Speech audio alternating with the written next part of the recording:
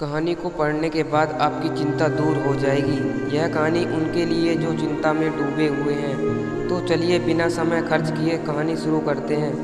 पुराने समय की बात है। विजयनगर नाम का साम्राज्य था, जहाँ एक शूरवीर राजा रहता था।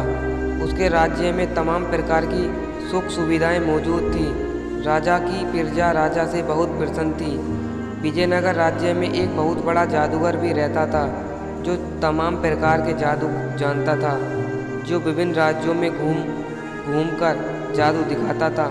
एक बार उस जादूगर को विजयनगर साम्राज्य के राजा ने अपने दरबार में जादू दिखाने के लिए बुलाया।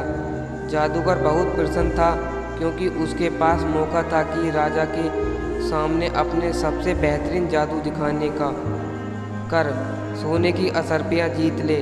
जादूगर ने सोचा, मेरे सारे जादू तो लोग देख चुके हैं, क्यों ना इस बार मैं कुछ अलग किया जाए। और जादूगर ने राजा का ताज सिर से गायब कर दिया।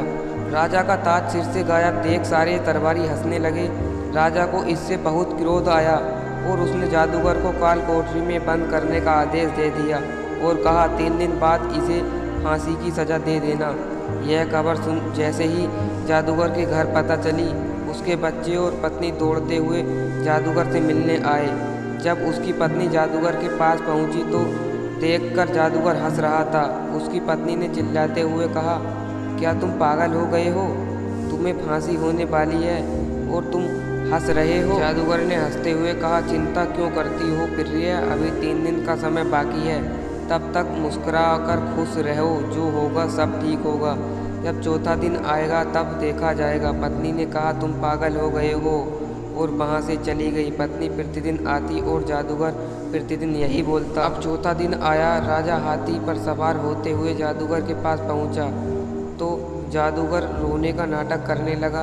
तब राजा ने आंखें चढ़ाते हुए कहा, क्या हुआ? उस दिन तो ताज गायब करने चला था, आज मौत सामने है तो रो रहा है। जादूगर ने कहा, नहीं महाराजा, मैं इसलिए नहीं रो रहा हूँ कि मुझे मार दिया जाएगा। मरना तो सभी को है, मैं तो इसलिए रो रहा हूँ, इसलिए उदास हूँ कि मैं कई बरसों से हाथी को हवा में उड़ाने की कला सीख रहा था। वह कला मैं कुछ ही महीनों में सीखने वाला था, परंतु अब वह कला मेरे साथ ही ऊपर चली जाएगी, किसी के काम न आ सकेगी। मुझे इस बात पर का अफसोस हो रहा है। तब राजा के मन में लालच आ गया कि यदि मुझे ये उड़ने वाला हाथी मिल गया तो शायद मैं हर एक युद्ध जीतकर संपूर्ण भारत पर शासन स्थापित कर लूँगा। तब राजा ने जादूगर से कहा, तुम्हें 5 महीने का समय दिया जाता है।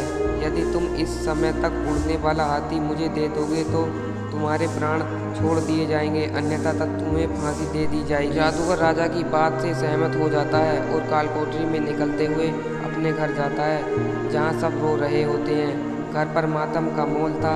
जब जादूगर की उसकी पत्नी जादूगर को देखती है तो वह बहुत प्रसन्न होती है। वह पूछती है, आपको तो आज फांसी होने वाली थी, फिर आपको राजा ने छोड़ कैसे दिया? तब जब जादूगर ने बताया कि राजा ने मुझे एक शर्त पर छोड़ा है कि मुझे 5 महीने के भीतर उन्हें एक उड़ने वाला हाथी देना है, तो पत्नी को फिर से गुस्सा आ जाता है और चिल्लाते हुए बोलती है, तुम पागल हो गए हो? कहाँ से दोगे उड़ने वाला हाथी राजा को? आखिर हम कहाँ से लाएंगे उड़ने वाला हाथी? जादूगर फिर मुस्कुराता है और कहता है, मुझे पता है कि उड़ने वाला हाथी नहीं बन सकता, परंतु अभी 5 महीने हैं, तब तक खुश रहो, मुस्कुराते रहो, वर्तमान के सुखों का मजा लो और जीवन को जीवन के तरीके से जियो।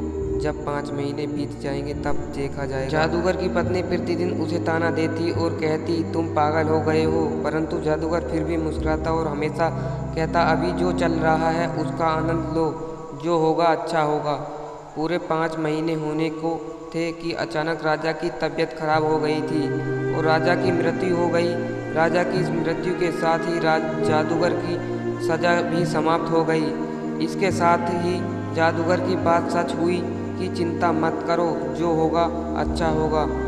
दोस्तों, यह कहानी हमको बहुत कुछ सिखाती है कि कल की चिंता हमें करके हम निराश हो रहे हैं और अपने वर्तमान आज को भी खराब करते जा रहे हैं। दोस्तों, भविष्य के परिणामों को ध्यान में रखते हुए कार्य करोगे तो हमेशा खुशी ही रहोगे। तो जो आज है उसमें खुश रहो, आज जो होगा उस पल का आनंद लो, वर्तमान में जियो और प्रतिदिन कुछ नया करो। सारी चिंताएं दूर होंगी, हर समस्या का समाधान ज़रूर मिलेगा। बाकी आपको ऐसी रोचक कहानी सुनने के लिए चैनल को सब्सक्राइब जरूर कर लेना। कमेंट के माध्यम से ज़रूर बताना कि आपको वीडियो कैसी लगी। जय हिंद, जय भारत।